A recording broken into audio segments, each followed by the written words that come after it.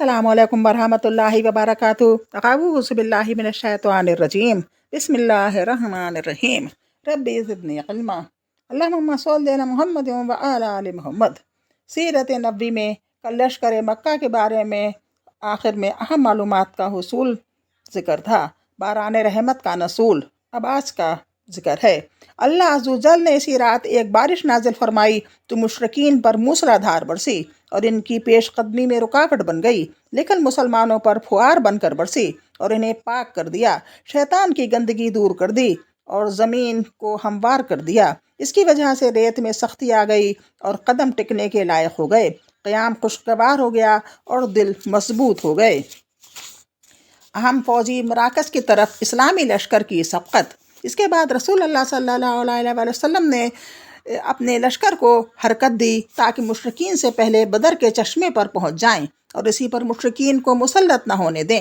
چنانچہ عشاء کے وقت آپ صلی اللہ علیہ وآلہ وسلم نے بدر کے قریب ترین چشمے پر نزول فرمایا۔ اس موقع پر حضرت حباب رضی اللہ عنہ بن منظر نے ایک ماہر فوجی کی حیثیت سے دریافت کیا کہ یا رسول اللہ صلی اللہ علیہ وآلہ وسلم، کیا اس مقام پر آپ اللہ کے حکم سے نازل ہوئے ہیں کہ ہمارے اس لیے اس سے آگے پیچھے ہٹنے کی گنجائش نہیں؟ یا آپ صلی اللہ علیہ وآلہ وسلم نے اسے محض ایک جنگی حکمت عملی کے طور پر اختیار فرمایا ہے؟ آپ صلی اللہ علیہ وآلہ وسلم نے فرمایا، یہ محض جنگی حکمت عملی کے طور پر ہے۔ انہوں نے کہا، یہ مناسب جگہ نہیں ہے، آپ صلی اللہ علیہ وآلہ وسلم آگے تشریف لے چلیں اور قریش کے سب سے قریب جو چشمہ ہو اس پر پڑاؤ ڈالیں، پھر ہم بقیہ چشمے پاٹ دیں گے اور اپنے چشمے پر حوض بنا کر پانی بھر لیں گے۔ اس کے بعد ہم قریش سے جنگ کریں گے تو ہم پانی پیتے رہیں گے اور انہیں پانی نہ ملے گا۔ رسول اللہ صلی اللہ علیہ وآلہ وسلم نے فرمایا، تم نے بہت ٹھیک مشورہ دیا۔ اس کے بعد آپ صلی اللہ علیہ وآلہ وسلم لشکر سمیت اٹھے اور کوئی آدھی رات گئے دشمن کے سب سے قریب ترین چشمے پر پہنچ کر پڑاؤ ڈال دیا۔ پھر صحابہ رضی اللہ عنہ کرام نے حوض بنایا اور باقی تمام چشموں کو بند کر دیا۔ مرکز قیادت۔ صحابہ رضی اللہ عنہ کرام چشمے پر پڑاؤ ڈال چکے تو حضرت سعد بن معاذ رضی اللہ عنہ نے یہ تجویز پیش کی کہ کیوں نہ مسلمان آپ کے لیے ایک مرکز قیادت تعمیر کر دیں تاکہ خدا نخواستہ فتح کے بجائے شکست سے دوچار ہونا پڑ جائے یا کسی اور ہنگامی حالت سے سابقہ پیش آ جائے تو اس کے لیے ہم پہلے ہی سے مستعد رہیں۔ چنانچہ انہوں نے عرض کیا، اے اللہ کے نبی صلی اللہ علیہ وآلہ وسلم، کیوں نہ ہم آپ کے لیے ایک چھپر تعمیر کر دیں جس میں آپ صلی اللہ علیہ وآلہ وسلم تشریف رکھیں گے اور ہم آپ صلی اللہ علیہ وآلہ وسلم کے پاس آپ صلی اللہ علیہ وآلہ وسلم کی سواریاں بھی مہیا رکھیں گے۔ اس کے بعد اپنے دشمن سے ٹکر لیں گے۔ اگر اللہ نے ہمیں عزت بخشی اور دشمن پر غلبہ عطا فرمایا تو یہ وہ چیز ہوگی جو ہمیں پسند ہے، اور اگر دوسری صورت پیش آ گئی تو آپ صلی اللہ علیہ وآلہ وسلم سوار ہو کر ہماری قوم کے ان لوگوں کے پاس جا رہیں گے جو پیچھے رہ گئے ہیں، اور در حقیقت آپ کے پیچھے اللہ کے نبی صلی اللہ علیہ وآلہ وسلم ایسے لوگ رہ گئے ہیں کہ ہم آپ کی حجت میں ان سے بڑھ کر نہیں، ہم آپ کی محبت میں ان سے بڑھ کر نہیں۔ اگر انہیں یہ اندازہ ہوتا کہ آپ صلی اللہ علیہ وآلہ وسلم جنگ سے دوچار ہوں گے تو وہ ہرگز پیچھے نہ رہتے۔ اللہ ان کے ذریعے آپ صلی اللہ علیہ وآلہ وسلم کی حفاظت فرمائے گا۔ وہ آپ صلی اللہ علیہ وآلہ وسلم کے خیر خواہ ہوں گے اور آپ کے ہمراہ جہاد کریں گے۔ جس پر رسول اللہ صلی اللہ علیہ وآلہ وسلم نے ان کی تعریف فرمائی اور ان کے لیے دعا خیر کی، اور مسلمانوں نے میدان جنگ کے شمال مشرق میں ایک اونچے ٹیلے پر چھپر بنایا جہاں سے پورا میدان جنگ دکھائی پڑتا تھا۔ پھر آپ کی اس مرکز قیادت کی نگرانی کے لیے حضرت سعد بن معاذ رضی اللہ عنہ کی کمان میں انصاری نوجوانوں کا ایک دستہ منتخب کر دیا گیا۔ لشکر کی ترتیب اور شب گزاری۔ اس کے بعد رسول اللہ صلی اللہ علیہ وآلہ وسلم نے لشکر کی ترتیب فرمائی اور میدان جنگ میں تشریف لے گئے۔ وہاں آپ صلی اللہ علیہ وآلہ وسلم اپنے ہاتھ سے اشارہ فرماتے جا رہے تھے کہ کل فلاں کی قتل گاہ ہے انشاءاللہ، اور یہ کل فلاں کی قتل گاہ ہے انشاءاللہ۔ اس کے بعد رسول اللہ صلی اللہ علیہ وآلہ وسلم نے وہیں ایک درخت کی جڑ کے پاس رات گزاری اور مسلمانوں نے بھی پرسکون نفس اور تابناکی افق کے ساتھ رات گزاری۔ ان کے دل اعتماد سے پر تھے اور انہوں نے راحت و سکون سے اپنا حصہ حاصل کیا۔ انہیں یہ توقع تھی کہ صبح اپنی آنکھوں سے اپنے رب کی بشارتیں دیکھیں گے۔ جب 8ویں سورت 11 آیت کا یہ مطلب ہے، جب اللہ تم پر اپنی طرف سے امن و بے خوفی کے طور پر نیند طاری کر رہا تھا اور تم پر آسمان سے پانی برسا رہا تھا تاکہ تمہیں اس کے ذریعے پاک کر دے اور تم سے شیطان کی گندگی دور کر دے اور تمہارے دل مضبوط کر دے اور تمہارے قدم جما دے۔ یہ رات جمعہ 17 رمضان 2 ہجری کی رات تھی اور آپ اس مہینے کی 8 یا 12 تاریخ کو مدینے سے روانہ ہوئے تھے۔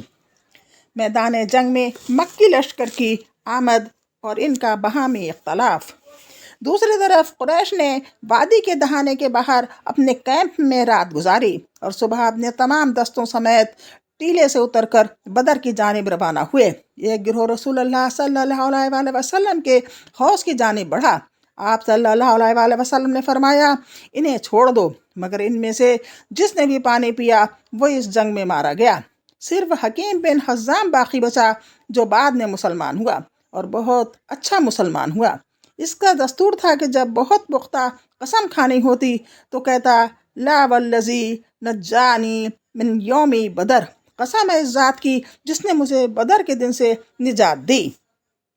بہرحال جب قریش مطمئن ہو چکے تو انہوں نے مدنی لشکر کی قوت کا اندازہ لگانے کے لیے عمیر بن وہب جہمی کو روانہ کیا۔ عمیر نے گھوڑے پر سوار ہو کر لشکر کا چکر لگایا، پھر واپس جا کر بولا، کچھ کم یا کچھ زیادہ 300 آدمی ہیں، لیکن ذرا ٹھہرو میں دیکھ لوں ان کی کوئی کمین گاہ یا کمک تو نہیں۔ اس کے بعد وہ وادی میں گھوڑا دوڑاتا ہوا دور تک نکل گیا، لیکن اسے کچھ دکھائی نہ پڑا۔ چنانچہ اس نے واپس آ کر کہا، میں نے کچھ پایا تو نہیں، لیکن اے قریش کے لوگوں، میں نے بلائیں دیکھی ہیں جو موت کو لاوے میں لائے ہوئے ہیں۔ میں نے بلائیں دیکھی ہیں جو موت کو لادے ہوئے ہیں۔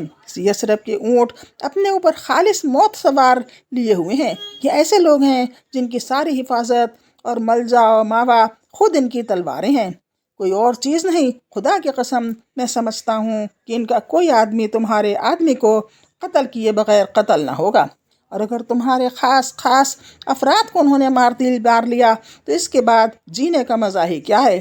اس لیے ذرا اچھی طرح سوچ سمجھ لو۔ اس موقع پر ابو جہل کے خلاف جو مارکہ آرائی پر تلا ہوا تھا، ایک اور مارزا کھڑا ہوا جس کا مطالبہ تھا کہ جنگ کے بغیر مکہ واپس جائیں۔ چنانچہ حکیم بن حزام نے لوگوں کے درمیان دوڑ دھوپ شروع کر دی۔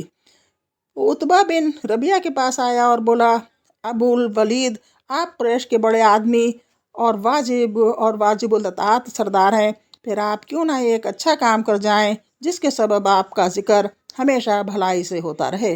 عتبہ نے کہا، حکیم وہ کون سا کام ہے؟ اس نے کہا، آپ لوگوں کو واپس لے جائیں اور اپنے حلیف عمرو بن حضری کا معاملہ جو سریہ نخلا میں مارا گیا تھا اپنے ذمے لے لیں۔ عتبہ نے کہا، مجھے منظور ہے، تم میری طرف سے اس کی ضمانت لو، وہ میرا حلیف ہے، میں اس کی دیت کا بھی ذمہ دار ہوں، اور اس کا جو مال ضائع ہوا اس کا بھی۔ اس کے بعد عتبہ نے حکیم بن حزام سے کہا، تم حنظیہ کے پوت کے پاس جاؤ، کیونکہ لوگوں کے معاملات کو بگاڑنے اور بھڑکانے کے سلسلے میں مجھے اس کے علاوہ کسی اور سے کوئی اندیشہ نہیں۔ حنظیلہ کے پوت سے مراد ابو جہل ہے، حنظیلہ اس کی ماں تھی۔ اس کے بعد عتبہ بن ربیعہ نے کھڑے ہو کر تقریر کی اور کہا، قریش کے لوگوں، تم لوگ محمد صلی اللہ علیہ وآلہ وسلم اور ان کے ساتھیوں سے لڑ کر کوئی کارنامہ انجام نہ دو گے۔ خدا کی قسم اگر تم نے انہیں مار لیا تو صرف ایسے ہی چہرے دکھائی پڑیں گے جنہیں دیکھنا پسند نہ ہوگا، کیونکہ آدمی نے اپنے چچیرے بھائی کو یا خالہ زاد بھائی کو یا اپنے ہی کنبے قبیلے کے کسی آدمی کو قتل کیا ہوگا۔ اس لیے واپس چلے جاؤ اور محمد صلی اللہ علیہ وآلہ وسلم اور سارے عرب سے کنارہ کشی ہو رہو۔